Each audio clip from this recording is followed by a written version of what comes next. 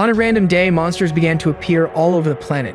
Amidst widespread panic, people fled from a monster holding a car, calling for help and trying to escape. Cities were destroyed, and along with the monsters, a mysterious structure emerged from nowhere.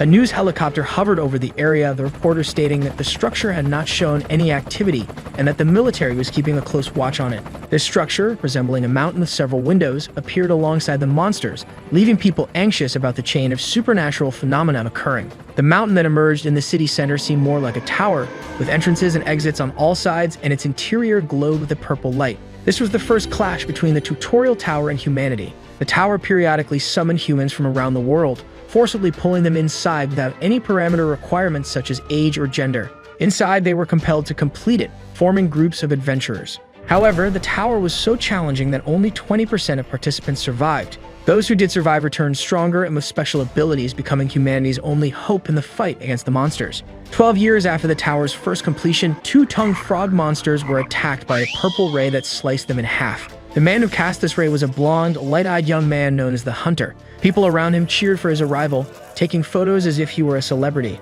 After the tower, hunters became idols of humanity, receiving attention from all sides. As a hunter, one could aspire to the same fame and fortune as celebrities. Ordinary people who saw them on TV longed to become hunters, marking the beginning of a new era when hunters became part of the power of nations. That's when they raised their prices, and to protect themselves from the government, they formed hunter-only organizations. These organizations, known as guilds, made peace treaties with governments, becoming an essential part of society and even participating in TV programs. The show, Getting to Know Hunters, features news and curiosities about hunters, and today they are with the leaders of 3 major guilds. The first is the leader of the Goguryeo Guild, Siu Kwan-han, a man with brown hair and eyes and a striking look on his face. The second is the leader of the Orang's Guild, Siu Yang Li, a woman with blue hair and eyes and a gentle gaze. The third is the leader of the Seoul Guild, Sai-hyun Kim, a handsome man with red eyes and a modern appearance. Getting to Know Hunters was developed based on what is popular, and last week, thanks to public support, a viewership rate of 35.7% made it the most popular program. The host asked the participants about an advanced player living in the tutorial. The guild masters are startled, but she continues to inquire if they know who this advanced player is. Kwan-han says that if there are recent reports about him, it seems he has not died and is leading a good life. Yang Li says there is no one who does not know who that person is. He was the first player sent to the tower with them, someone who has been trapped inside the tower for 12 years. Hyun Kim says it's more like a curse. He can't leave like the other players, endlessly returning to the first floor of the tower, having to start over again. The reporter is impressed with a hunter who has completed the tower repeatedly, commenting that hunters only leave the tower after training all basic skills to the limit, and a man who has completed it repeatedly for 12 years must have become a very powerful hunter. There are rumors that he could complete from the 1st to the 100th floor in one day. Inside the tower, people run desperately asking for help, wearing armor, bows, and swords, except for one man who wears casual clothes and sandals. People are brutally thrown into the air, falling to the ground shortly after. The man, with an unconcerned look on his face, faces the 10th floor's boss of the tower, a demonic monster with fiery hair and horns protruding from his forehead. Just the head of Balak is the size of the man, showing how large his body is. The man says that if he could leave the tower, he might be placed in rank A or higher. People on the internet comment about the advanced player. Some say that it's possible to achieve rank A or S after leaving the tower, but they wonder which tower they need to exit to get that ranking. Rank S is capable of destroying mountains just by using their abilities. A guy comments that he saw the advanced player when he climbed the dungeon on floor 72. 3 werewolves appeared and he continued moving forward, defeating them alone. They also say that he was able to kick a monster from the 1st floor to the 10th. This man fights against the final boss, kicking his face with a smile. The impact of his kick is so strong that the boss embeds his chin in the ground. He again places his feet on the boss's head and starts shouting, asking who is the boss there. The man with a wicked smile on his face says, worth 10 points. He's the guy worth 12. The subjugation of the boss ends with the last attack being from the sandal. He looks at the boss on the ground disappearing and says he will have to start all over again. In the last 12 years, the time needed to complete the tower has decreased. There are several towers in the world, but all of them have the same theme. Because of this, every time new groups of hunters completed it, easier ways to complete it were spread, allowing people to get better equipment and better strategies to fight the monsters, all of which was passed on to the entire planet. So much so that there are even records of who conquers the tutorial tower the fastest, but the tower is not that easy. An explosion hit several hunters at once. Even though they had refined knowledge of how to conquer the tower, only a few individuals were successful in the conquest. A young man lying on the ground looks fearfully at the monster he is facing. Upon reaching floor 99, many players lost their lives in the fight against the boss, The last test of the tower was brutal. 70 out of 95 people were killed by him. This terrifying existence reaped the lives of more than half of the aspiring hunters, and this same existence takes a flying kick to the head. The participants watch Balak's head fly off the body. The man who did that lands on the ground, with this being 1349 completions of the tower. He stands face to face with the purple portal with roots around it and sighs. Blinking his eyes open, he is greeted with the message, "Welcome to the tutorial tower," heading for completion number 1350.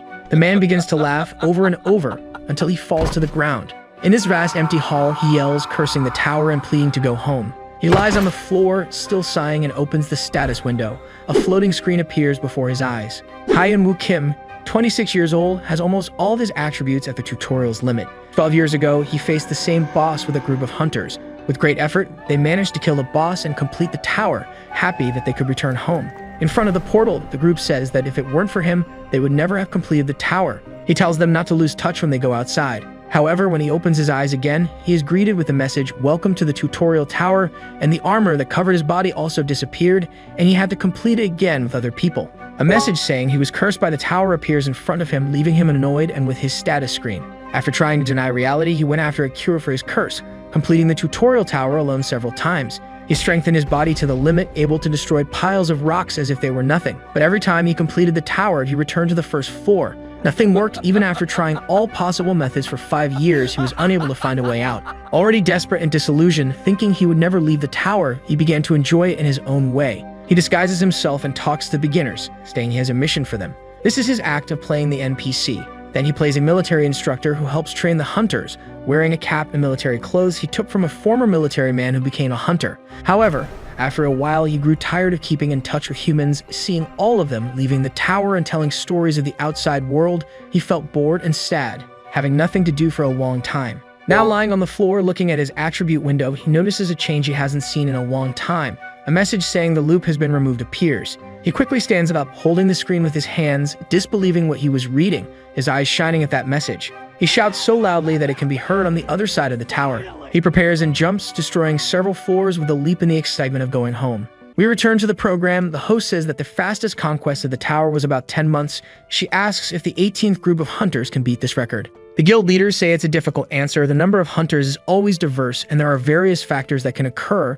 Depending on the strength of the unit, it is also important to know what kind of attack is best made, and this will depend on their techniques. Besides all this, things start to get truly complicated after floor 51. Since every 10 floors a high-ranking boss appears, from then on, luck is no longer on your side. In the tower, we see an ogre who is one of these high-ranking bosses, scared by an earthquake that is happening. Rising from the ground in front of him, Wookim appears with white eyes of rage. He goes through the floors of the tower, exploding it. The explosions are so strong that they can be seen from the outside. Finally reaching floor 99, he faces the boss again, but this time with an unstoppable look on his face and with the excitement that he will finally go home. He hits the boss's chest, killing him instantly. From the outside, it looks like the tower has just faced a war. Explosions, cracks, and fire are seen everywhere.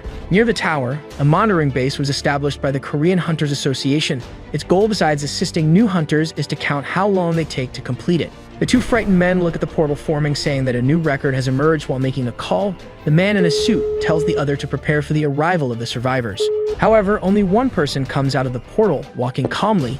Wookim faces the outside world. Seeing countless buildings on all sides, the only thing he can do is laugh. The man from earlier arrives, congratulating him for successfully leaving the tutorial. The protagonist, astonished by the world around him, looks at the man, asking if he really managed to get out of the tower, and with tearful eyes, he screams with happiness. The man looks for his name on the list but cannot find it among the participants of the 18th group. Going through all the old groups, he arrives at the first tutorial group and finds his name. The man is shocked, looking at him while saying that he is the advanced player Woo Kim, who is still jumping with happiness for having left, does not even hear what he says. The first to be summoned in the tower officially escaped after 12 years. A week later, a crowd of people gather to enter a building. The reporter from Getting to Know Hunters is at the Tutorial Center of Korea, where the hunters of the 18th group will have their first ranking evaluation. The 18th is a special case for having reduced the time of the world record for completing the tower. They attract the attention of the entire world. The reporter says that there is also another rumor circulating, the fact that the advanced player has finally left the tower. In the VIP waiting area of the tutorial tower, the guild leaders gather. The woman asks if he really left, and the other replies that there is only one person with the name Wookum who entered in 2006. She thinks he must be with the same appearance as when they first met, since in the tower appetite, sleep, everything disappears, even aging. The other guild leader wonders what kind of monster he has become after so much time there. Then the ranking evaluation begins. The novice hunters gather using basic equipment given by them, except for one person who is eating Doritos in the back of the room. The protagonist, who ate all the Doritos on the shelves, catches the attention of all the hunters there. He asks why they are using that equipment, and the man replies that they were distributed during the morning and are necessary so that they do not fail the evaluation test. He did not even see the equipment arriving because he was sleeping. The evaluation begins and everyone there gets serious. A door opens and they are sent out.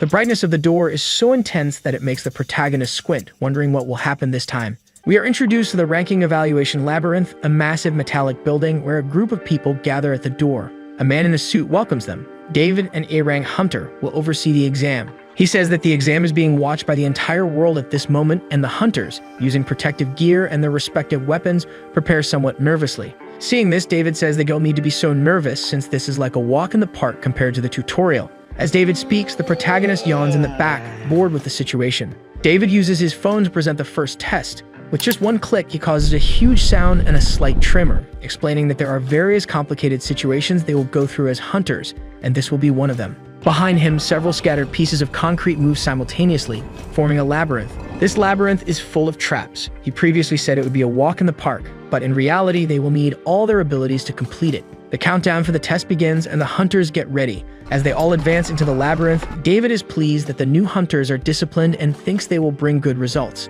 As he reminisces about the times when he was a beginner, the protagonist comes to talk to him, asking if he just needs to get to the other side. David looks him up and down, wondering who this man is. He wonders if he is a novice and doesn't understand why he isn't wearing the provided equipment. Seeing the protagonist so relaxed, he wonders if he is taking the exam seriously. Face to face, he asks if the protagonist thinks the exam is trivial, and the protagonist tells him to lecture the noisy crowd running around. David gets angry with Woo Kim's arrogance, who is impressed with David's courage to confront him. Woo Kim proposes a bet. If he can finish in less than 20 seconds, David will have to pay him 100,000. He seems hesitant to accept the bet. His ego bruised when the protagonist asks if he is scared, raising the bet to 1 million. Before he finishes speaking, the protagonist runs to the labyrinth and touches one of its walls. He is impressed by how much a hunter can earn and thinks that being a hunter is actually a very good job. Seeing him prepare a punch on the wall, David wonders what he's going to do, and the guild leaders watching the broadcast are also curious about the situation. He hits the wall with such force that the solid, massive wall seems to turn into water. The impact is so great that it shines, causing a chain of destruction in all the walls behind it. He turns to David and says the exit is on the other side. He created a forced exit, winning the bet, and people are astonished by the insanity shown, not even knowing how they will measure the ranking of this thing. The guild masters who fought with him in the past wonder if he has always been this way, and like a happy child who won a candy, he bounces out saying he won 1 million. But when he sees the damage he caused, he wonders if they will charge him to pay for the damage. On the eve of the decisive exam for the hunters, the editorial office of Live Hunter magazine buzzes with speculation about the enigmatic veteran player. Information is scarce as he is a figure from the past, and there is a newcomer, Kang-Yun Lee, who perhaps deserves more attention than the veteran. Lee, an expert traditional martial arts fighter, is the focus of the journalists who prepare a piece about him while questioning the existence of the veteran player. Kang-Yun Lee, now in the midst of the exam, declares his desire to become a legend as he positions himself for combat. While others retreat from the threat of a monster, he stands firm, ready for the confrontation. Sword in hand, he faces danger, willing to risk everything for his dream. A kendo master with a history of victories and titles, Lee is the most formidable hunter in his group. He believes that a striking first impression can pave his way to success. He recalls the meteoric rise of the protagonist in the tower, an unbeatable warrior who overcomes all obstacles. Yun Lee, a witness to that journey, does not understand how he was overshadowed, while the protagonist, triumphant, proclaims his return home. Now in the classification exam, Yun Lee and the others watch astonished at the destruction caused. For safety reasons, the exam is interrupted, and everyone is instructed to wait for further directions. Behind the scenes, the filming crew desperately searches for clear images of the event. The cameras, previously focused on Yun Lee, ignored the true protagonist, who unintentionally became the center of attention. The director, seeing the hero on the screen, announces the emergence of a new star. Yun Lee, bitter, contemplates the sleeping protagonist, while the hunters around discuss the explosion, unaware of the veteran player's presence among them. Yun Lee, however, sees an opportunity to reclaim the spotlight. The organizing committee announces that the next exam will start soon, waking the protagonist from his sleep. Determined not to be overshadowed by the veteran player, Yun Lee heads to the disciplinary exam, facing monsters. He unsheathes his sword and confronts an ogre. Thanks to magic stones and advanced technology, virtual training becomes a spectacle, where the goal is to eliminate as many monsters as possible in a limited time. Yanli displays his electric skills, impressing everyone with the lightning emanating from his blade. With the arrival of a prodigy, he executes a series of lightning-fast attacks, taking down 78 creatures and achieving the highest score among the competitors. Spectators, following the broadcast, comment that if it weren't for the veteran player, Lee would have been the undisputed champion. Wickham passes by him, yawning indifferent to the commotion, while the guild masters watch curiously to see how he will fare after so much time. The exam resumes and Lee has 120 seconds to face a horde of holographic monsters that appear around him. The onlookers watch the screen intently. The protagonist, even surrounded by monsters, is extremely calm. The countdown ends and the monsters begin to attack him. Moving swiftly like a bullet, he explodes the head of a monster. His movements are so fast that the cameras can't keep up. The horde of orcs is quickly eliminated. To the observers, it seems as if he has vanished and the monsters' heads begin to explode. Not even the guild leaders can follow his movements, wondering if he is using some technique. This hypothesis is dismissed since he has just come out of the tutorial. Watching the slow-motion footage closely, it's clear that he's simply approaching the monsters and attacking casually without using any technique. This monster's power and speed leave the guild masters frightened, wondering what on earth he did during his time in the tower. When the time is up, standing there in the room, he is surrounded by bodies. He has managed to kill a total of 248 monsters alone, breaking the old record. People watching his performance on the internet comment on how incredible he was. Some think he used magic to move that way. Yun Li, reading these comments, smashes his phone, deeply annoying the people talking about Kim and not him. Thirsty for hatred, he strikes the wall of his room several times.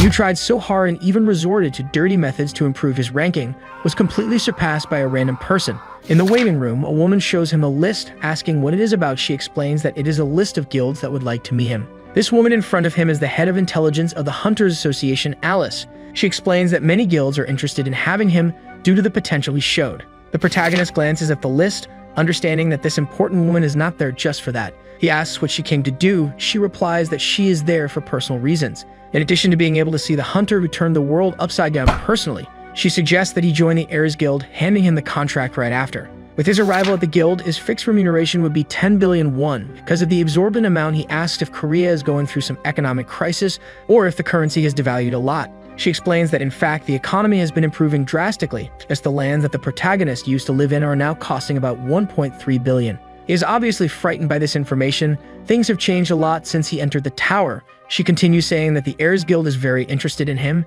and that they are willing to pay up to double that to rehire him. He wonders if someone from the government could be recommending a guild. She says that this was a personal request from the Heirs Guild scout. She adds that he doesn't need to decide now, but is interrupted by the protagonist. He has already decided that he does not plan to be tied to any guild, throwing the contract on the table. At first, she thinks he is joking, but he continues firmly imposing his idea. After leaving the room, he reflects on the proposal. In this world is give and take. They did not offer a fortune of 10 billion for no reason. If he accepted, he would have to work. Lying in his bed with a pile of snacks on the side, the vagabond says he doesn't like to work and wants to live a comfortable and carefree life. Resuming the conversation, she asks if he doesn't plan to be a hunter, but he warns her, explaining that even without guild connections, there are hunters who work alone. She finds him quite arrogant, but still says that if he changes his mind, he could call the number on the card. Lying in his bed, he is angry for having taken so long to find out about mercenary hunters. If he had known this before, he wouldn't have wasted his time taking the hunter's tests and would have taken the opportunity to sleep.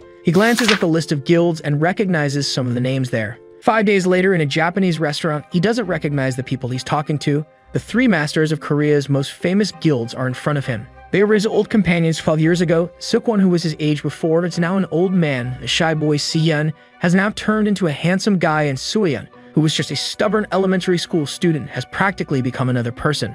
He recalls how Si-yeon used to hide behind him, leaving him quite embarrassed. He also talks about the time Soo-yeon wet herself when she saw the Banksy on the 14th floor being threatened with death right there. He's happy to meet his friends again and enjoys his sushi, wondering how he managed to live 12 years without it. They remember the day they captured the Triton, and he kept humming saying he wanted to eat sushi. He even cut its tail off to make sashimi. It's clear that he's always been a lunatic in that tower. His friends, recalling his past, say it has become a habit to hear stories about him inside the tower. Curious, Kim asks about some of these stories, finding out that he's practically a celebrity, and that the things done in the tower are mentioned on TV to this day, leaving him a little worried. The ideas he had to kill boredom are now on TV. He wonders which ones are there, since he did a lot of things. Many of the things he did there were embarrassing. Once he completed the dungeon naked, another time he completed it doing a goblin cosplay. They say the most famous stories are of a time when he defeated a boss while dancing and the day he defeats all the monsters using only his feet from the 1st to the 10th floor. He is relieved that the most compromising stories remain there.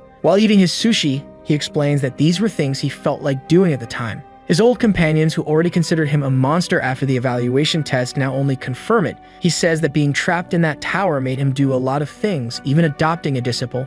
He didn't remember the time exactly, but it was when he spent a lot of time between floors 50 and 60, finding a boy who was abandoned in the tower. At the time, he was thinking of creating a martial style, so using a large cloak and skull mask, he introduces himself to the boy, acting like a mysterious monk. After that, he started training the boy, making him balance jars with water while standing on one foot, ordering him to lift extremely heavy weights and saying that he had to concentrate the chakra in his abdomen to be able to break a pillar. But all that was a fraud. The only thing he did was use brute force. Reflecting now, and he feels sorry for the boy and is glad he wore a mask, definitely not wanting to meet him. He asks how things were in the outside world, and they continue the long conversation. Returning home, lying in his bed, he opens the status window again, no longer finding the message of the tutorial limit reached. His age has also returned to 24, as if he really lost 12 years of his life. His goal now is just to get a good amount of money and live a peaceful and quiet life until he dies. But even though many messages have disappeared, one continued, the one that says the infinite cycle has been removed. Opening the message, he discovers a quest, ordering him to kill 3 bosses from these respective dungeons. At the same time, he is called from outside his room. Opening the door, the doorman says that some people from the Heirs Guild have come to visit him. The protagonist said he is not interested, but the doorman insists. Seeing that they won't stop until it's made extremely clear that he doesn't want to join, he follows the guard to where the recruiter is waiting. There, sitting on the sofa, a man in a suit. The guard behind him waits. Kim is direct to the point, saying that he made it extremely clear that he didn't want to join a guild. The man introduces himself as Bayon Lokang, the human resources manager of the Heirs Guild. He asks if the protagonist can really make progress as a hunter without a guild, saying that there will be no unnecessary suffering when joining Ares. Kim understands his intentions, asking if they really went to his house to threaten him. The security guard gets angry with Kim's impudence, but is stopped by Bayon, who advises him not to do anything foolish. Kim says he knows their guild well, saying they are a bunch of scum who have monopolized half of Korea's dungeons. During his conversation with his former colleagues, he discovered that to enter a dungeon, he needs a permission ticket. The Heirs Guild has monopolized 66% of all the country's dungeons, from the A-rank dungeons, which are perfect for farming, to the D-rank dungeons, which are good for guiding beginners. Deep down, they leave others with only 2 options: pay their expensive ticket or join the guild. The security guard punches the table, trying to frighten Kim, and again suggests that he think better about the proposal, since they can end his life if he doesn't accept. The security guard throws the table at the wall. This man is an A-rank hunter. He asks if the MC has a chance against him. With a smile on his face, he continues to provoke them, sitting carelessly on the sofa. Kim stands up and takes off his sandal, saying he's going to teach them good manners. The angry security guard charges at him, but with a slap in the face with the sandal, he throws him against the wall. The other looks frightened at his friend, while the protagonist calmly walks up to him. Before going up to him, Bayon thinks that he does have good potential, but he's just a big fish in a small aquarium. The security guard, who trained directly with the Heirs Guild, was prepared to bring him to his knees, or at least that was the plan. Now buried in the wall, he is completely unconscious, and his superior is confused by the situation. He wonders how Kim is so strong even without using magic, while the protagonist approaches, asking if he knows what he hates the most. The man cornered against the wall is in despair as the protagonist continues speaking.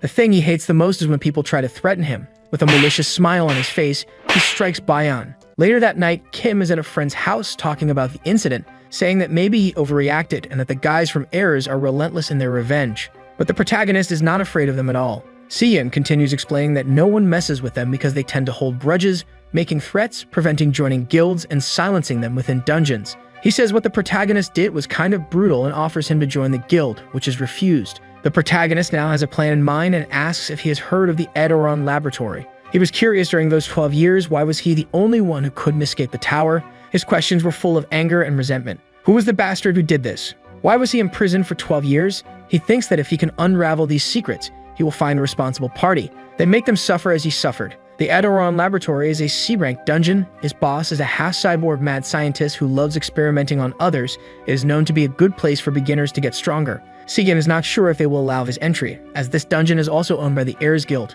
Indignant, Kim asks if there isn't a law to prevent monopoly, but Siyeon explains that the government doesn't have time to deal with hunters' problems. He adds that the reason they can kill people in dungeons without being caught is that the police can't investigate there, categorizing them as accidental deaths. The protagonist decides to invade the place, but Siyeon immediately contradicts him, saying they watch the place 24 hours a day. He decides to confront them head-on, again being reprimanded, as doing so will make the guild become his enemy. Remembering what he did to the last two people from the guild, he says it's a bit late to think about that. At the Heirs Guild headquarters, they are discussing their expansion to China, Russia, and Japan. Pleased with the progress of their expansion, Seon Hyuk is an S-rank hunter and director of the Korean branch of the guild. He says that the time needed to expand to other countries doesn't matter as long as they have always been ahead of the competition. Comparing it to when you're running away from a dungeon boss where you don't need to be faster than him, just faster than the guy next to you. One of his employees comes to deliver the level analysis of Hyun Kim's status.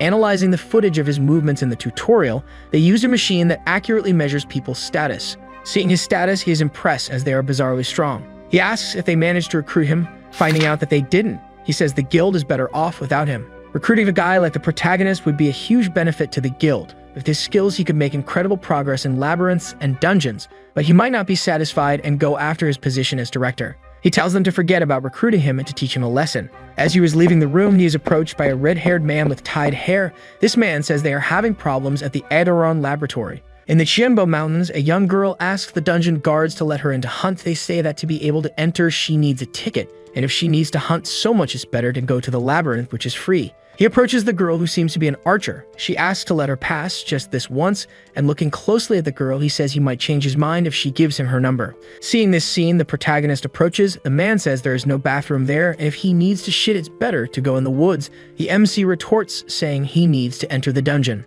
The man thinks it's some kind of joke as it's a really dangerous place. Kim continues to approach. The security guard says that if he doesn't leave now, he's going to get beaten up. Already out of patience, he says he's waited too long while taking off his sandal. The men are confused by that while the MC calls the two of them. The man thinks he's some crazy guy and tries to send him away. When he approaches, he is hit by the protagonist's sandal, being thrown several meters back. His other friend turns to understand what happened, while the protagonist approaches from behind. As he overknit it a bit and the sandal exploded, he tells the guy to hand over his shoes. With a threatening look on his face, he says that if he doesn't hand them over now, he'll end up like the other one, now wearing shoes that look more like a piece of armor. He said they are super light and comfortable, this because the man paid 5 million wons for the weight reduction magic. Saying he's not a bad guy, he hands his sandals to him. The girl who was there says she's leaving while the desolate man looks at the protagonist's exploded sandals. At the Seoul Guild headquarters, Yeonli yells at Hyun, asking how he let the protagonist leave like that. Hyun complains about her yelling at him and says that Kim is not someone who can be stopped. The only thing he could do was warn about the Heirs Guild.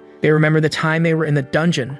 Normally the protagonist is not the type to cause trouble and let things go. But if someone messes with him, the story changes, everyone will see his true disturbed personality. Kim is shown taking a look at his new shoes, while his companions say they shouldn't worry so much about him. After discussing the Heirs Guild, he inquired about his status, even leaving Young startled to hear it. Inside the dungeon, Adoran is looking for new test subjects to continue his examination. A group of adventurers is hidden, observing him. They wonder what to do as the Heirs Guild doesn't care about the boss since he doesn't generate much profit. Since they are already there, they recommend that they should take him down, but the young lady of the group questions if they could do that with their skill levels. They did some research before entering the dungeon, discovering that the boss has high defense but low attack. If they can tire him out enough, they will be able to defeat him. Determined, they prepare to face the boss, but end up seeing a man walking up to him. The group wonders who that guy is who's face to face with the boss. 12 years ago, his teammates found out what Kim went through as a child in an orphanage. He was told not to cause trouble and try not to show that he had no parents.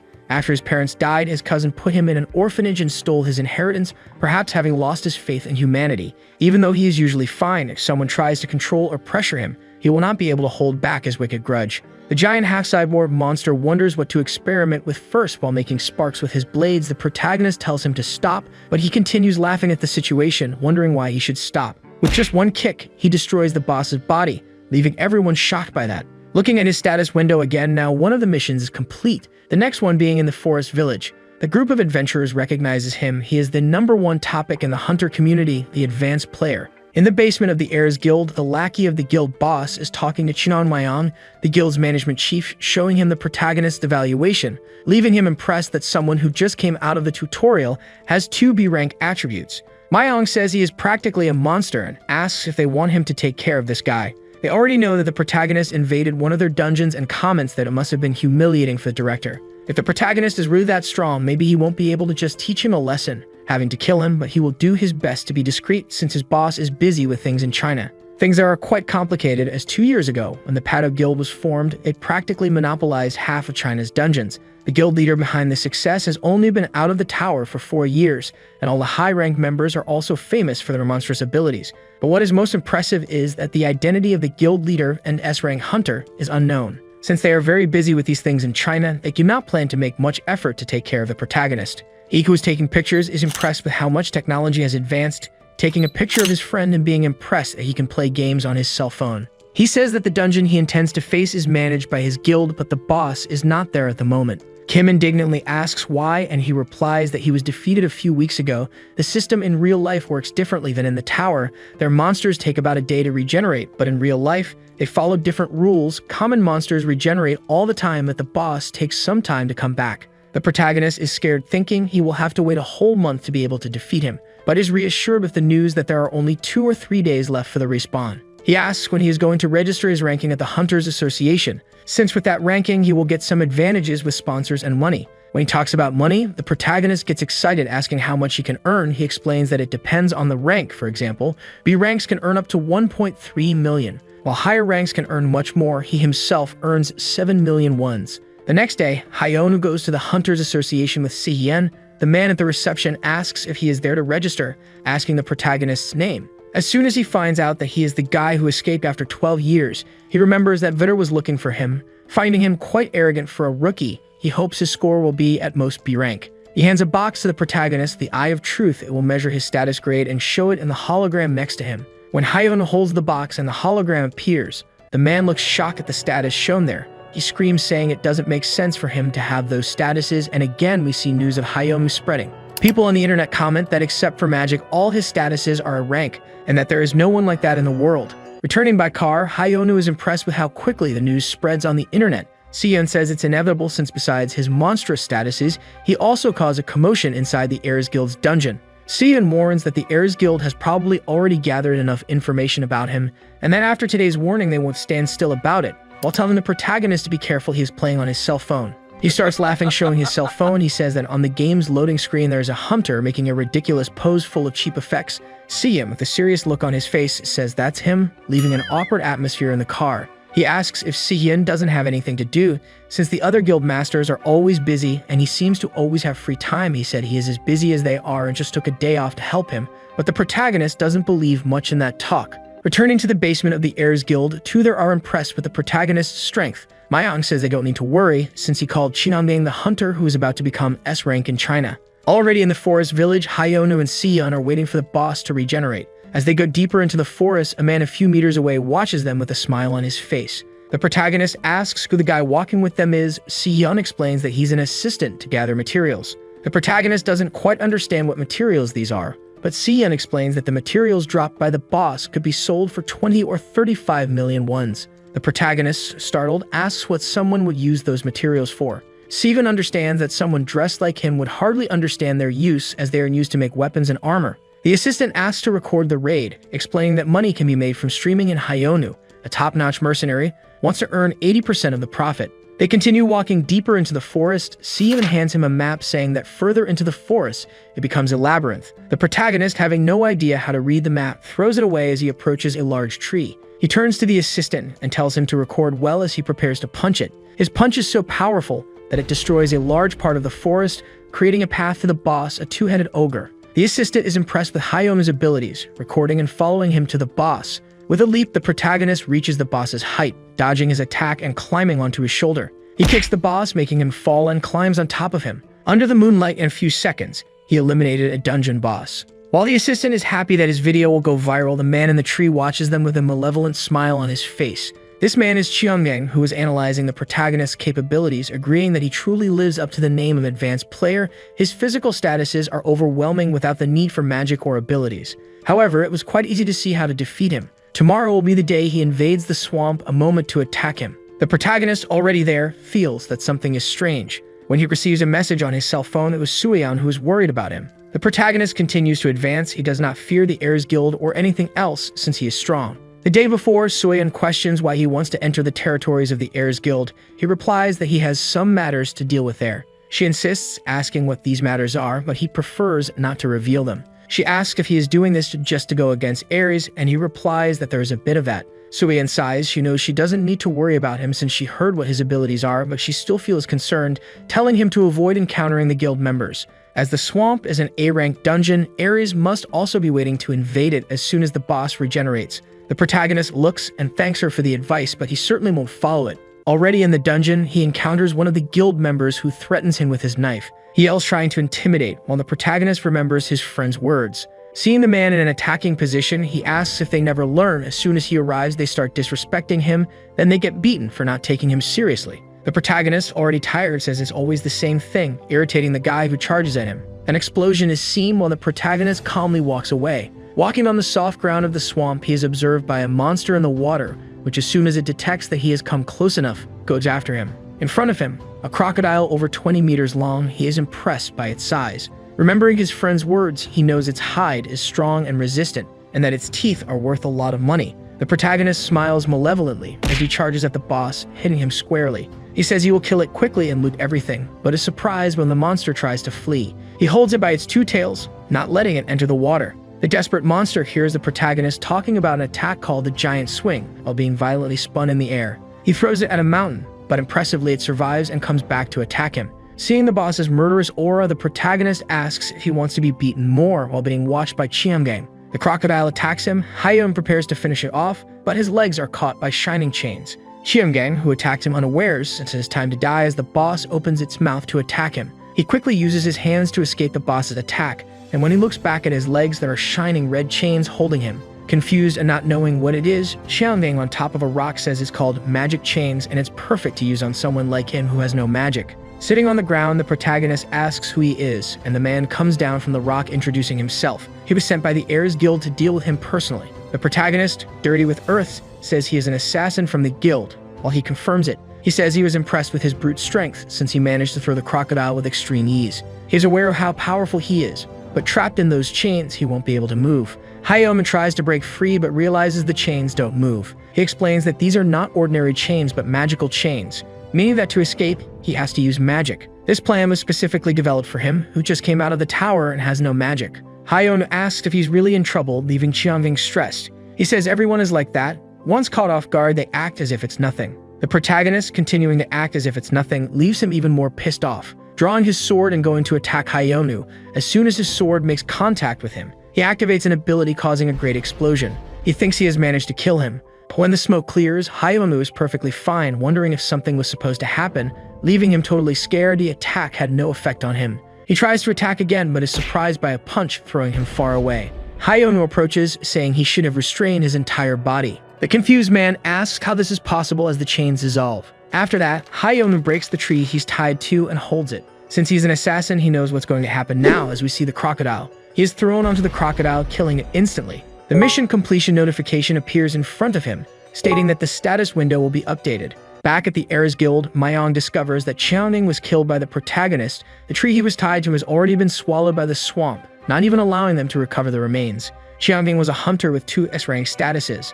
Along with 7 abilities, someone so strong lost to Hayonu. Mayong is worried and stressed at the same time, thinking about how he will deal with him. Back home, Hayonu lies on the sofa, thoughtful. He sighs and then opens his status window.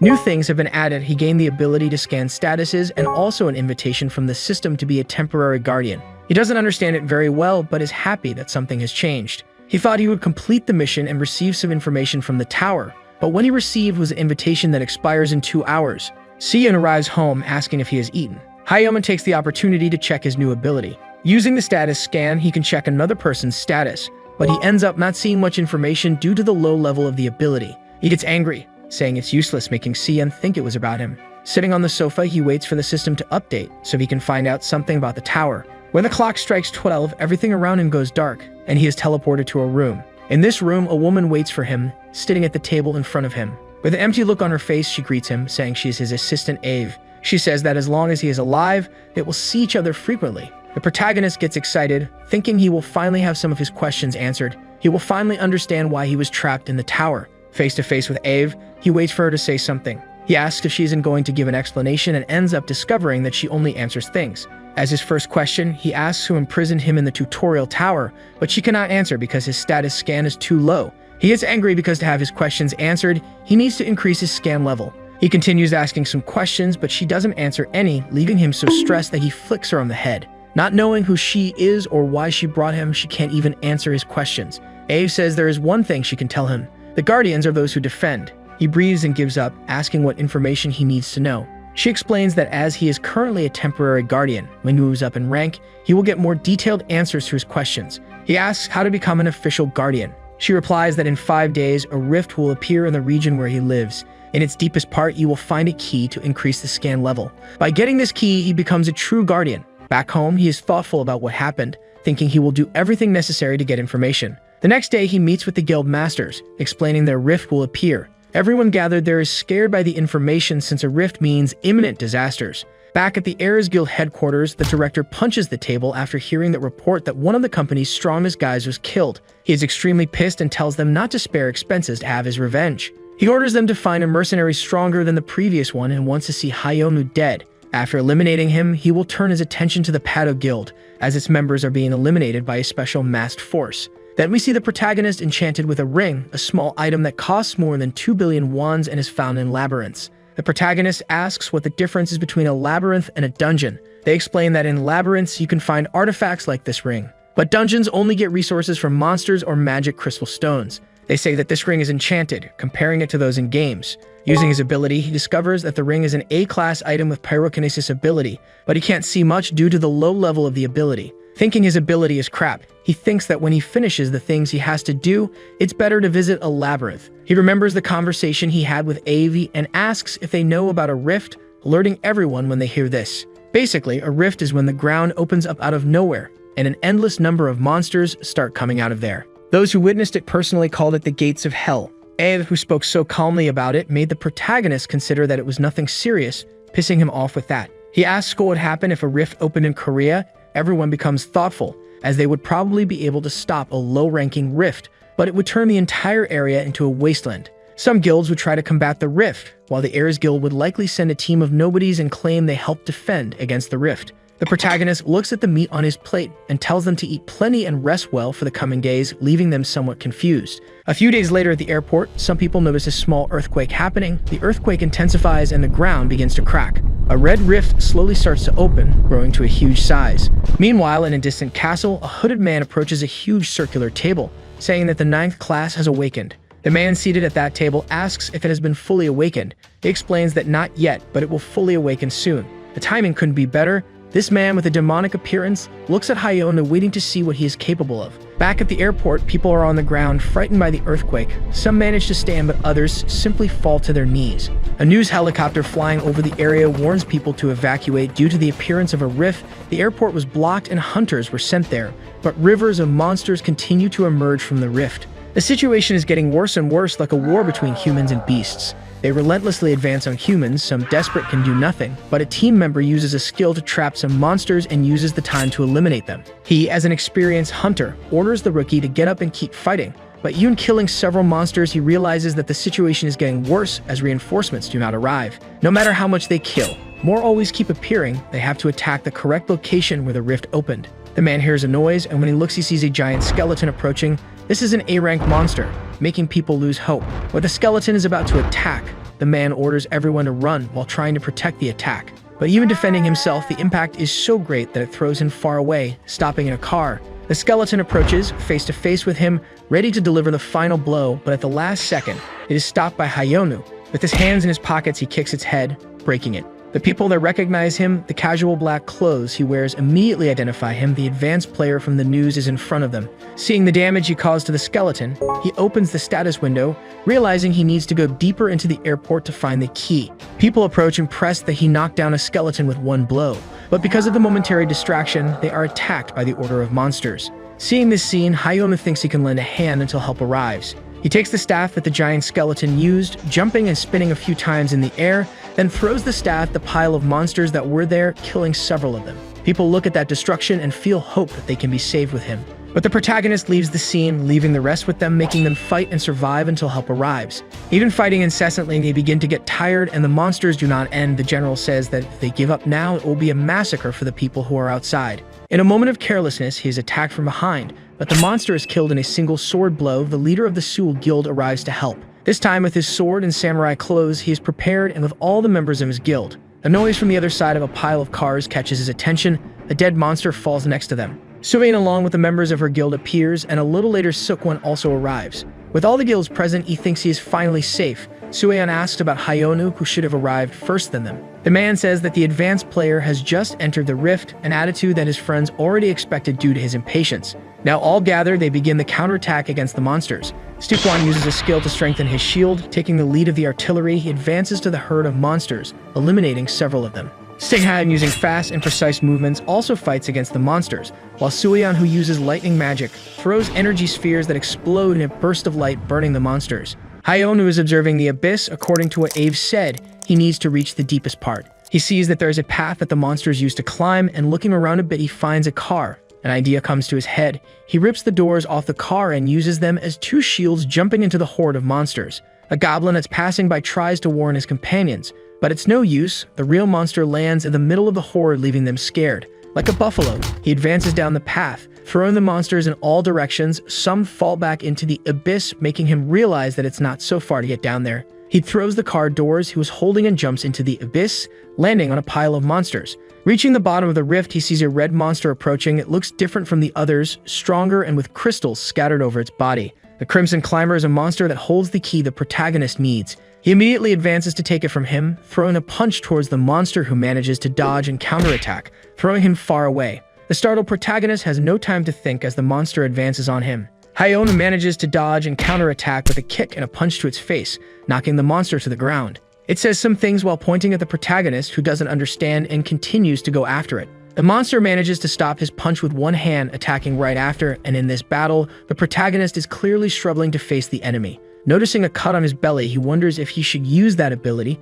standing up and saying that the monster is now in trouble. Without understanding, the protagonist begins to prepare a fighting stance like a true martial artist. Back when Hyonu was still trapped in the tower, he remembers that in martial arts stories, people escape their trials after achieving enlightenment through spiritual training. He knew this was just movie nonsense, but he continued training as his hope of achieving enlightenment and leaving the tower was stronger. At first, he just imitated martial arts he saw on TV, but it was a waste of time since his punches did nothing against the monsters. He thought it was all a waste, but at one point, he managed to decapitate a monster with just one punch. The status he gained from clearing the tower hundreds of times turned something fake into reality. He tried to forget those days as they were very embarrassing. While preparing, the monster attacks him. Even seeing a punch coming, he remains calm and uses a technique called Emperor's Fury, violently punching the monster's head. The attack is so powerful that it opens a hole in the nearby rocks. Seeing that destruction, he is glad that there is no one around and that this habit of shouting the names of techniques is very embarrassing. He takes the key, which updates his mission.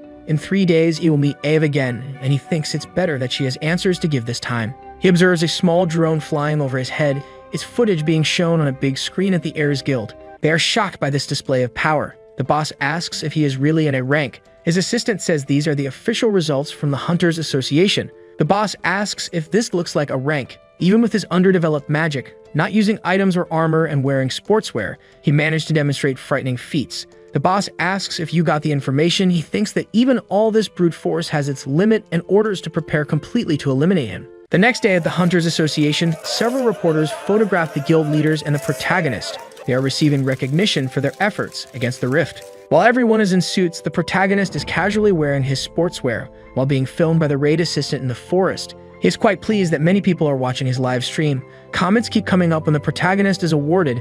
A man who seems to be from the army looks him up and down, analyzing his clothes. He asks if he needs to bring new clothes for him, but is answered with petulance by the protagonist, leaving him deeply irritated. After receiving his awards, he asks if he can leave, but before they can answer, he runs to the exit. His friends present there are no longer impressed by these things, as the protagonist is someone who does not adhere to the shackles of society. We are shown the castle of the guild paid in China. A woman in a large hot water bathtub watches the TV, seeing the footage of the protagonist fighting the Crimson Monster. She observes his positions and movements, startled, getting out of the pool and quickly asking what his name is. Her assistant says he is Hunter Hyonu, who just came out of the tutorial.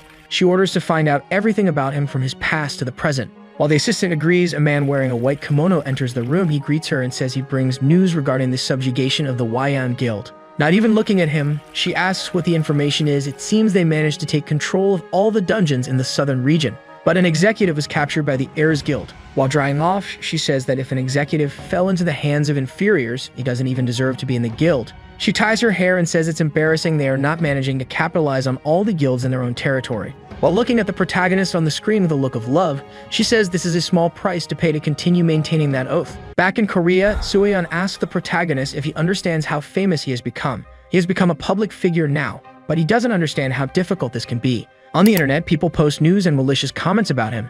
They say it was because he went to receive the award in casual clothes and flip-flops, and then ran away from there. Haeyeon doesn't care about this since he won't see them again, and will continue living the way he wants, leaving his friends worried about his future. He stands up saying he needs to leave. When his friends ask where he is going, he answers that he will go on a date, leaving everyone in shock. When he leaves, everyone there is worried about him. Even though he has left the tower recently, he has already made several enemies. Stikwon says they shouldn't worry about him since he is strong, and it's not like he goes around causing trouble. He goes to an isolated alley. While waiting for the invitation time to end, a bright light surrounds his body and he goes back to Av's room. He asks if the status sweep has leveled up. Av answers that after fighting the Crimson Demon, he went from lower ranked to inferior rank, not leaving him satisfied at all. Av tells him to calm down and that she is just repeating what she was instructed to say by the system. She says that the information he can access is practically the same, leaving him very irritated. But now that he has become an official guardian, she can share the tasks he must complete, and once he has completed them, he will be able to find out everything he wants. Now that he has become a guardian, his role is to stop all climbers who ascend the tower. He says he was trapped in the tower for 12 years and never saw one of them, but is corrected, being told that it's not the tutorial tower being referred to, but the tower that consists of 12 layers, of which the earth is one. What he has to protect is the 9th layer, the earth. Haeyeon just wanted to know who imprisoned him in the tower, and now he has become a protector of the earth. All these things are too complicated for someone who just wanted to live in peace and quiet. Ao says that if he doesn't stop the climbers, the 9th layer will be destroyed, which means the end of his life and his friends. He's outraged at not having choices and just having to shut up and obey. Av tries to ease the situation by saying it's not quite like that, making the protagonist even angrier because she can't give a good reason. Ave, who has the prestigious title of administrator of the new system, is being too soft on him. She calls his name, changing her tone of voice to a serious one. However, the protagonist responds even more seriously, making Av realize that this approach won't work. She changes her tone, explaining that the fact that they chose him to be a guardian was for his own good. She also says there will be rewards, which will increase as he kills more climbers. Haeyeon now speaks in a calm and serene tone of voice. He asks at what level of scan he needs to be to know who were the creators of the tower and locked him inside. Av again says that his scan level has to be higher to have access to that information. He asks how many climbers he needs to kill to level up, but Ave says there isn't an exact number since they also have levels. To get the information he wants, he needs to kill 5 high-ranked climbers. The Crimson Demon he faced before was probably a low-ranking climber, making him understand how this system works. Returning to his home, he is in a library observing his status window. The only new message there is that he will receive a notification when a climber appears.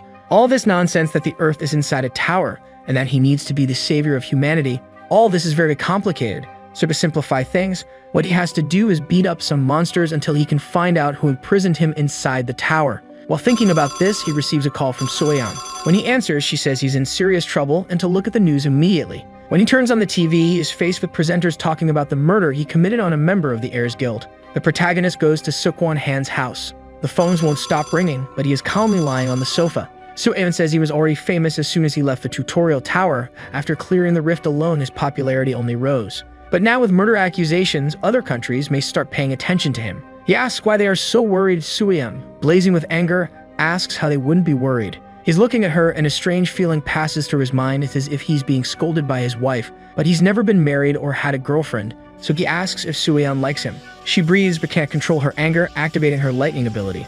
She asks if he thinks she's joking, and if he says one more thing like that, she'll fry him. Soo-yeon arrives showing his cell phone, several missed calls from reporters, and he's also the #1 topic on Twitter. Stikwon says this isn't the first time this has happened, and Soo-yeon reads some of the articles about them. The articles, besides talking about him, are trying to ruin the reputation of the other guilds, but the protagonist seems not to care so much about it, which even impresses them for his lack of concern. Stikwon recommends just turning off the cell phone like him and says the press conference starts in 30 minutes. The other two, who didn't know about the press conference, ask if he planned anything. They even think he intends to beat up all the journalists and declare war against the Heirs Guild. The protagonist is disappointed by the way they think he will act, while Seok-won laughs at the situation. At the Heirs Guild, the director asks if everything is going according to plan. Yu replies yes and explains the whole situation. Judging by public opinion, it will be very difficult for him to get out of this.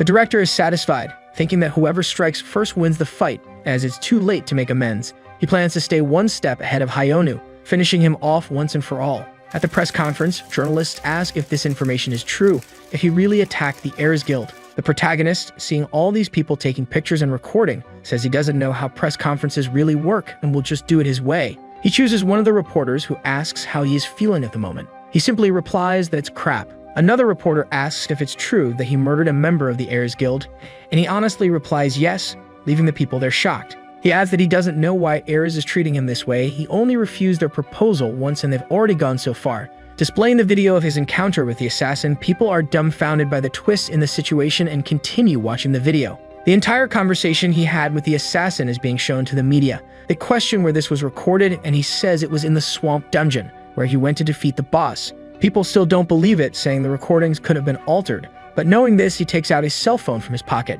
This cell phone belongs to the guy who tried to kill him. He doesn't know exactly what content is on it since it's locked, but he'll find out when he takes it to the police. He adds that as a rookie who just came out of the tower, the only thing he could do was defend himself. He says the assassin was killed by the mega crocodile in an ambush. People there start writing down what he said and sharing it on the internet. He leaves the lecture irritated that he has to do so many boring things. Now the game against the Heirs Guild has turned. The protagonist who is being accused is now applauded, while the Heirs Guild is accused of lying. In the office, the director is furious about how he turned the game around with simple audio recordings. He underestimated him, thinking he was all muscle and no brain, but he won't let it end like this. In a restaurant, his friends are impressed with his meticulousness. They didn't expect he would manage to get a recording and even grab the assassin's cell phone. But the protagonist says the cell phone wasn't the assassin's. In fact, he just picked it up randomly in the room. They question if the other things are also lies, but he corrects them, saying the recording is true. Since they kept saying that Heirs was dangerous, he was recording audio all the time. But he didn't imagine they would be as useful as they are now. They say that if the police get this cell phone and investigate, he will be discovered. But he explains that probably the guys from Heirs will pay him a visit, and then he will simply tell him to get lost in his own way. The Heirs Guild is based in the USA. They are one of the largest guilds in the world and have headquarters in various locations, but apparently, no other country has granted as many dungeons as Korea. Whether it's a bad plan or a proposal, it doesn't matter to him. They have a lot to lose in this fight, but he doesn't. Sometime later in a parking lot, Hyonu tells Sian to go home alone because he needs to take a walk. He goes to an alley and realizes he is being followed by several people. He knew something like this would happen if he was alone, but didn't expect it to be so fast. One of the men approaches and says someone is looking for him and that he should follow him. The protagonist says he doesn't want to, and the man responds that he will take him by force. Hyonu is impressed with their courage as he picks vegetables from the ground. The ninja gets angry at his impudence and attacks him, using magic in his two hands, but this attack is easily stopped using the cabbages. After seeing the boss being thrown away, all the ninjas attack him at the same time using all kinds of abilities, but none of their attacks are strong enough to penetrate his skin. At this, the elevator begins to descend and the henchmen become worried about who might be coming. The elevator explodes with a bright flash and the protagonist's guide is thrown through the door. Seeing the explosion, the henchmen prepare to stop the intruder, and our protagonist appears walking through the smoke. Hyun taunts them, saying that this place is showing that they had a lot of money. One of the henchmen draws his sword while questioning who he was and how he managed to enter the base. Our protagonist introduces himself as the Reaper who came to end them while approaching them. At the same time, in a nearby room, a girl was tied up with energy ropes and covered in marks. Sian questions if she wouldn't like to start talking since her guild had abandoned her. The girl simply looks at him seriously without saying anything while Sian tells her to stop resisting. He mentions that she can share the guild's internal information to be freed. Even so, she continues to just observe him without changing her expression or saying anything. This irritates Sian, who orders his henchmen to take her for another session. But one of the henchmen mentions that she might not survive their tactics, asking if he was sure about this. Sian ignores the warning, saying that even though he doesn't believe she will say anything, they must do everything to force her to talk. He accepts the order and approaches the girl to take her away. At that moment, a loud noise comes from behind the door, followed by a bright explosion. This impresses Sian, who watches as they hear the protagonist's light footsteps. Hyun appears, saying he heard they were looking for him. He mocks the hunters, asking if they were done tickling him. Several screams are heard through the dark streets, revealing that the hunters were defeated. The last of the hunters standing is grabbed by the neck by Hyun as he begs to be released. Our protagonist smiles, saying he seemed like a special guy. He then asks the hunter to guide him to the person who is looking for him. They arrive at a bunker on the outskirts of Gwangju and Gyeonggi-do. Two guards discuss the guild's effort to build that place, and that it was all done with dirty money. But his companion explains that only they would accept hunters like them and asks if he didn't find it funny. The hunter agrees with his companion, mentioning they would have a celebrity going to that place. His companion confirms, saying it was Hyun who was being taken there. They discuss Hyun appearing so much on TV being very fearless, while mentioning he would be caught by Team 1. Then his partner mentions that the higher-ups were annoyed, asking if he didn't see what the protagonist did at the conference. At that moment, something falls from the sky a few meters from where they are, exploding the ground. The two guards prepare for whatever caused that explosion. Our protagonist appears, holding his guide by the neck. He tries to confirm if he was in the right place, and the guide mentions that he was. Then the guards recognize Hyun while preparing for any of his moves. Meanwhile, inside the base, some henchmen hear the noises of the commotion happening at the entrance. When he looks inside the room, he ends up seeing the girl sitting and tied up, who stares at him a bit calmer. Our protagonist taunts him, saying he already had a guess while he was behind him. The president asks about Team 1 while trying to understand how he got there. Hyun tries to confirm if it was the team sent to deal with him, saying that at the moment they were resting. Like all the henchmen in the next room, he gives the manager a choice between getting a beating or sitting down to talk. While Sian is impressed, his partner draws a sword and tries to take down Hyun. But our protagonist simply lands a direct kick on his partner and throws him away. After taking down the henchmen, Hyun taunts them, saying the people were quite aggressive even after inviting him. He adds, asking if they usually treat their guests like this. Sian starts to laugh, remembering they said he was rank A, while the bunker hunters were at least rank B+.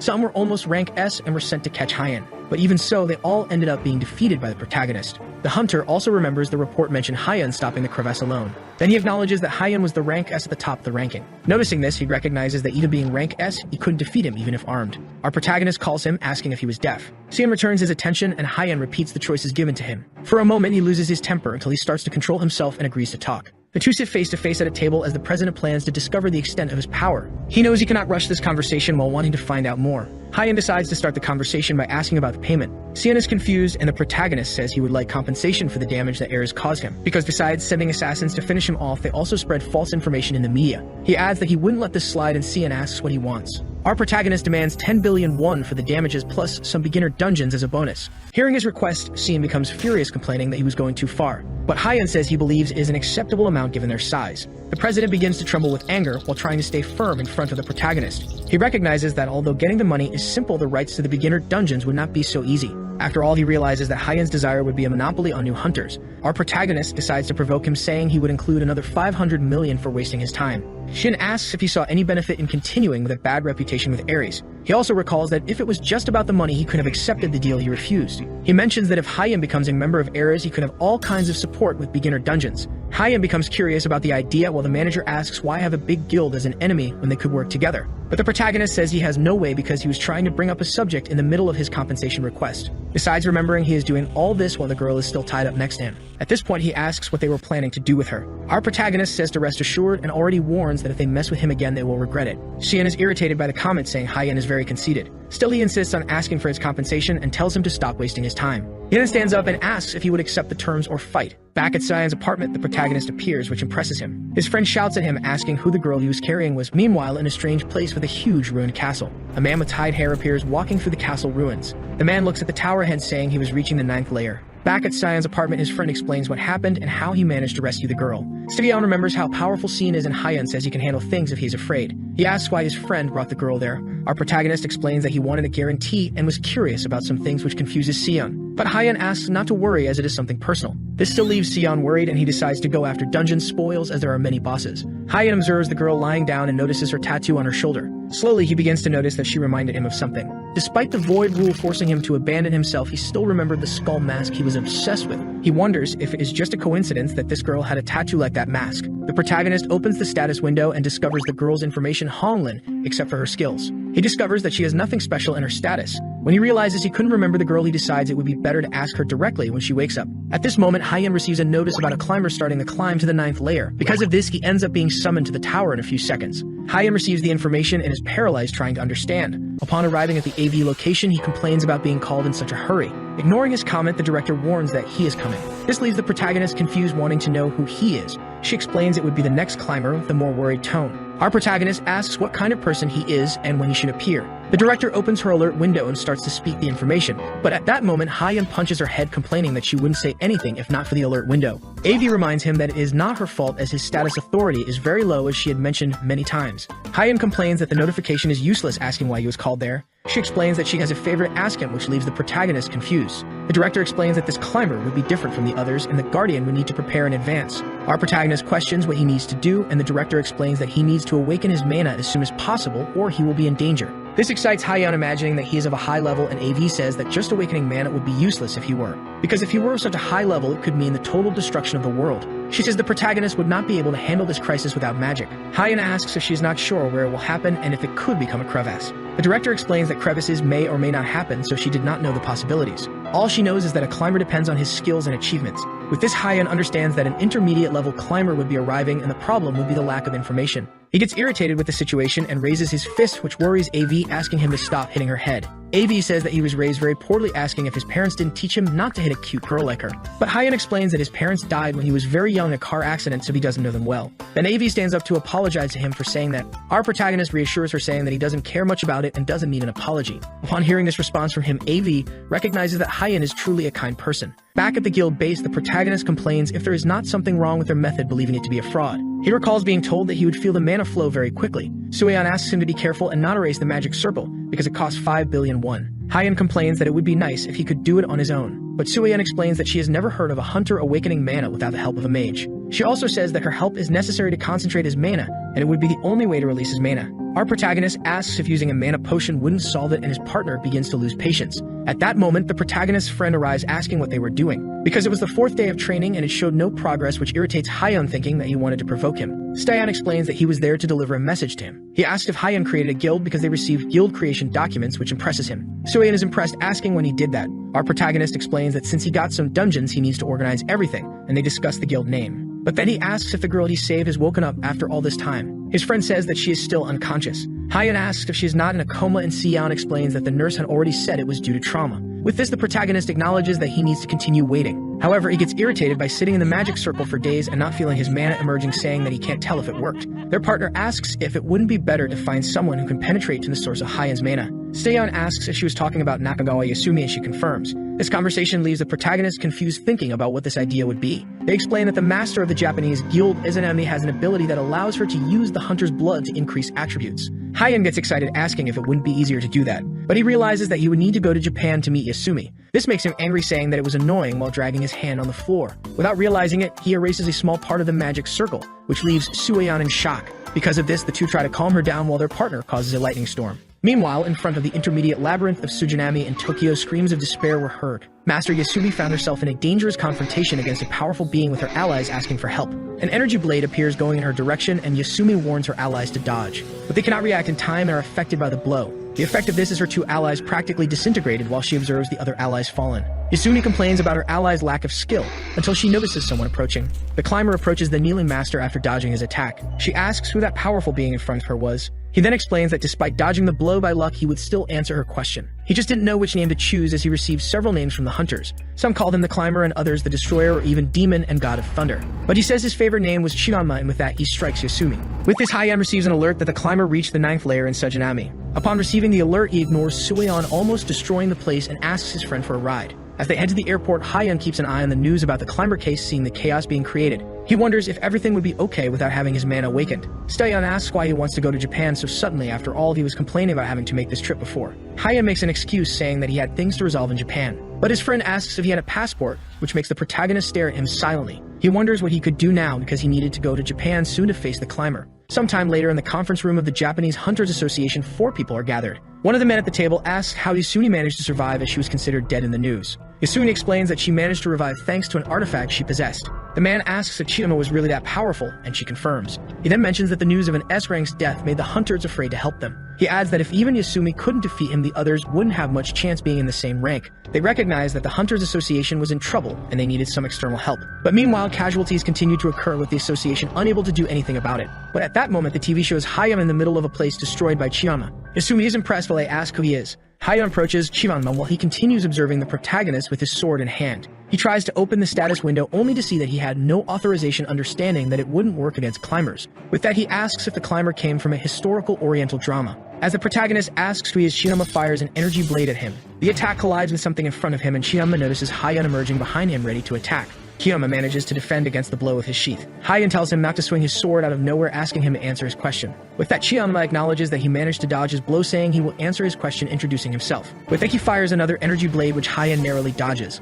Looking back, he notices the explosion caused by the attack. Our protagonist recognizes that despite him being fast, he could still handle that speed. He recognized that the blow might seem simple at first, but the reality is that the blow is a series of cuts released together to completely slice his target. Recognizing this, Hyen understands that he needs to prevent him from using his sword, taking advantage in close combat. At that moment, Hyen lands a punch against the climber, managing to destroy his sheath and this time hitting him full on. His blow hurls Chiyama against the wall, and the protagonist charges at his enemy to make sure he doesn't have space to retaliate. Chiyama gives a slight smile, finding Hyen interesting. With that, he evokes his mana, which pushes Hyen away. As he gets up, Chiyama asks who Hyen was because he was the most powerful he has faced in these years. Everyone is impressed with the mana he displays while walking towards the protagonist. The protagonist's friend asks if the crevasse emerged 2 hours ago. Isumi explains that this is why they were waiting for help while wondering if it was a good idea to let him go. Then Sigyeon recalls that his friend just ran off after getting off the plane without saying anything. He wonders why he was so keen to go, thinking that maybe Hyen can predict where and when the crevasse will happen. Meanwhile, Hyen keeps dodging his enemy's attacks, trying to get closer, wondering what that ability is. But Chiyama asks if that really looks like an ability to him. With that, he explains that Hyen will be devastated by the storm of lightning while being torn to pieces by the celestial sword. The climber explains that he doesn't use something like what the people he considers barbarians call an ability. Hyen notices the danger of the blow and realizes he needs to dodge that attack. Despite thinking about stepping back, he notices that it would only give an advantage to his enemy and changes his mind. He grabs Chiyama by his clothes and headbutts him to avoid the blow. This attack leaves the climber dazed while Hyen prepares to strike back. With that, the protagonist uses the Absolute King ability, which hits his enemy head-on with a direct blow. Our protagonist wonders if this worked. However, he is amazed to see Chiyama standing full of mana and with a huge glow above his head. Chiyama says that Hyen is not only interesting but also powerful as he slowly walks towards the protagonist. He explains that this attack had never been used since he became a climber and taunts him to try to defend against it. Hyen recognizes the danger of this as he approaches to try to close the distance. The climber says that this technique is the reason he is called the God of Thunder. With that, he destroys the field in front of him with the celestial sword, Lightning of Condemnation. In the association room, Sigyeon is impressed with his monstrous power, saying it is completely out of reality. That attack destroyed everything in the area and hit, leaving only the smoldering field. Chiyama acknowledges Hyen's intelligence for clinging to him the moment the climber swung his sword. Still, he recognizes that the protagonist was not unscathed as Hyen feels his enemy's electric current running through his body. Hyen notices that the lightning continues to course through his body while he continues to tremble. At that moment, an alert window appears informing that mana has been obtained and his magic rank has risen to E along with various alerts. With that, he wonders what is happening and moves away from the enemy. The climber taunts him again, asking if he could get lucky again. Our protagonist understands that this was not a system ability but a technique developed by Chiyama. He remembers that Chiyama would be a type of demon from novels depicted as having perfect magical level and absolute control of mana. Chiyama asks if he still intends to persist in the fight after seeing his technique. Hyen asks if he thinks that technique is enough to scare him, and Chiyama gets irritated, saying he cannot be defeated. The protagonist recognizes that he cannot defeat him with his current power, but he wonders if he might have a chance by using the lightning that energized him against his enemy. At that moment, he recalls that when he was trapped in the tower by the curse, there was only one technique he could never keep up with. Chiyama Shingong is a martial technique used only by the best martial artists in the world. He remembers that the techniques he used were just copies of the techniques he tried to learn from the novels he read. With that, Hyen charges his mana and evokes a pair of wings on his back. Our protagonist says that Chiyama became his mentor for 10 seconds, which impresses him. The wings on his back begin to writhe around the protagonist, who concentrates. He asks to show what he learned from his mentor. Hyen explains that his technique is about accumulating all the magical power in a single point and exploding it. At that moment, he uses the divine kick of extreme destruction, which explodes against his enemy. The drone that was watching them from afar ends up being hit by the impact of the collision of techniques and is knocked down. As it falls, the drone only manages to record Hyen standing in the empty field alone with no sign of Chiyama. An alert window appears informing that he had defeated Chiyama and was collecting enhancement information and status rights. Soon after, another system alert appears summoning him for 10 days from now. Meanwhile, at Powder Castle, a woman with the same tattoo as the injured girl was watching Hyen's fight. She is impressed, imagining that he might be her master. At that moment, she remembers when she was in the tower being defeated by zombies and believes she could no longer win. When she gave up and just waited for death, someone appeared and defeated all the zombies while wearing worn clothes and a skull mask. The girl remembers that this masked man taught her martial arts and the path of superiority. With that, she wonders what the remaining area would be, and her ally explains that it would be the dungeon managed by the Waiyan Guild. Her ally says that if she conquers it, all the dungeons in China would belong to the Pado Guild, and the leader gives them a month to conquer it. This request surprises him, and the leader mentions that she would go with them because she swore to give her master a place worthy of him. While she remembers that she will reunite with her master and gets happier, she believes she needs to hurry. Returning to Korea, Hyen is greeted by an absurd chaos of people wanting to talk to him after seeing the fight. A huge group of journalists bombard them with questions while they keep taking pictures. Hyen tells everyone to stop asking questions while Sion thinks that he also wanted to ask him. Then he throws the responsibility to his friend, saying that he would answer the questions. With that, all the journalists surround Sion while Hyen runs away, making his friend irritated with him. Upon arriving at the guild base, Hyen complains that everyone keeps bombarding him with questions, asking Sion to deal with the situation. But at that moment, he finds the injured girl standing and looking at him. She lowers her head, thanking Hyen for saving her life. Our protagonist remembers Lin's name as he listens to her information. Lin explains that she was an officer of the Pado Guild who was captured and tortured by heirs after trying to occupy their dungeons. Hyen takes the opportunity to ask about the tattoo she had on her shoulder. The girl explains that it is a symbol of the Pado officers, and that the master said that this tattoo means that only the sky is above us. But the protagonist doesn't quite understand, and Lin just repeats that it was what the master said while doing the tattoo. She remembers the master telling Lin that she was above everyone and that everything else should be under her feet. When she tries to complete her story, Hyen gets irritated and puts a stop to it. This attitude scares Lin, who asks if she said something wrong, and Hyen tries to calm down. Our protagonist believes this is another one of his past mistakes, wondering how this happened.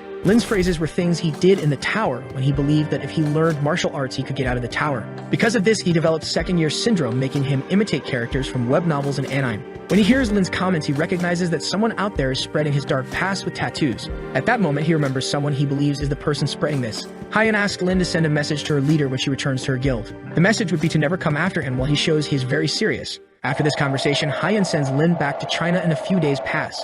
Another program with Ha-young begins with Hyen as a special guest. This impresses Soo-yeon, discovering this watching the program, asking what he was doing there. Se-yeon says the protagonist needed to announce something, and whatever he does now is also in his interest. Hyen tells the presenter that he only appeared because he needed to promote something. He says he created a guild and was recruiting interested people, which makes his friends even more confused. Sometime later, Se-yeon complains that he made this announcement on TV, while Hyen didn't expect so many interested people. His friend says he won't help him while they both stare at the countless piles of boxes of candidates resumes. With that, the protagonist makes a deal with his friends to help him in exchange for being able to use the beginner dungeons sometimes. Sikwon recognizes that only Hyen could call powerful guild leaders to help him with this. He asks if the protagonist wouldn't get bored having to take care of so many things, but Hyen's response is only that he wanted to make money. Hyen explains that he made a lot of money with the passes in the dungeons, and now having his own he can earn even more. His friend asks if he hasn't made enough, and Soo-yeon says it must be related to some childhood poverty trauma. In the middle of the reviews, they reject a hunter who complains about being an experienced rank C. But Hyen just says he looked at the resume and didn't like what he saw before expelling him from the room. At that moment, the candidates notice who is the person rejected and start wondering what the requirements to be accepted are. Meanwhile, Hyen observes his status, saying that despite not having a problem with his rank T status, he had a selfish personality. Our protagonist recognizes that despite complaining about the skills he received at the beginning, the new skill is very good. He remembers talking to AV, who thanks him for defeating the climber Chienma. With that, she explains that she would enhance his skills, and Hyen wonders what she meant by that. AV says she would add an option to the authority over status skills, as well as improve the alert system. Hyen doesn't understand what personality check would be asking what this enhancement would be for, but he begins to realize the usefulness of this skill during the candidate's interviews. When the next candidate arrives, he observes her status, noting that she has an opportunistic personality. While he can't decide, he looks at the candidates next to her and notices they have better personalities. One is friendly and the other has a sense of self-sacrifice, making him excited. With that, he accepts the three into the guild, which makes them happy. Our protagonist believes that everything will work out as long as they fulfill their roles efficiently. Since Hyen gets lazy, he decides to finish the interviews, which makes his friend ask what kind of recruitment lasts an hour and a half. He explains that he chose members who wouldn't rob him at the first opportunity, and that was enough. Se-yeon asks if he chose them after checking their attributes, and Hyen mentions that they don't need to be that good since he is the one who will fight. But he asks why no S-rank appeared in these interviews. His friend explains that S-rank people are so rare that there are only 5,000 in the whole world, and the protagonist asks about his position. His friend says he's in position 163, while Sikwon is in 175 and Soo-yeon is in 161, which impresses Hyen. However, he warns that reaching the top 200 makes a person famous, causing them to try to take each other's positions. At this moment, Hyen recognizes his friend's level and remembers seeing a graph of S-rank hunters with crossed-out names and asks why. Se-yeon explains that the crossed-out names are hunters who died. Our protagonist asks how so many are dying, and his friend explains that they are trying to get an artifact to achieve ST+ grade. It turns out that hunters can only increase their attributes up to 3 grades above what they achieved when they finish the tower. However, they can surpass this limit if they acquire an ST+ grade artifact located in the deepest parts of the labyrinth. Hyen understands that the labyrinth works like a cemetery for S-rank hunters, but Se-yeon explains that there are those who steal from other hunters who manage to get these artifacts. With this scheme, hunter assassins emerge who end up being expelled from the ranking, having their names removed from the official list. The protagonist asks if the assassins who attacked him were examples of them, and Se-yeon confirms. He acknowledges that Heirs likes to play dirty against others, until they reach one of the 4 initial dungeons that the Heirs Guild lost, called the Barren Swamp. Our protagonist mentions that he will face the boss and take a walk so Se-yeon can lead if he wants. When he remembers that it makes money, he gets excited to enter the dungeon. Upon opening the door, he finds 2 men sitting drinking coffee who are startled to see someone appearing. Then Hyen remembers beating them up before and still provokes them, asking if they didn't get enough of a beating. They apologize while Hyen asks if he can enter the dungeon since he is the new owner of the place. The guard tries to talk about the documents not being finalized while Hyen doesn't care, and they just accept it. At this moment, he walks through the dungeon, remembering that it's been a long time since he was there. Then he notices someone in his way who was happy to meet him. Hyun gets worried, believing it's another Ares assassin coming to attack him. Although he mentions he was sent by Ares, the guy says he is not part of the guild. A group of people gather behind him while he asks if he has heard of the hunter-assassin group called Pandemonium. This group is remembered for causing despair to everyone who recognizes their name. Pandemonium is made up of hunters who are in the top 100 of the S rank. As long as they receive a good reward, the members guarantee the completion of the requests, making them considered legends in the community. Rumors say that if you become their target, it's guaranteed you won't survive. But Hyun doesn't care about that and questions the former number 52 Anya Circular, saying that she is an experienced mage. Anya points her staff at him, asking how he doesn't know her even being a hunter. Then Hyun just tells her not to think so highly of herself, which makes her irritated with the protagonist.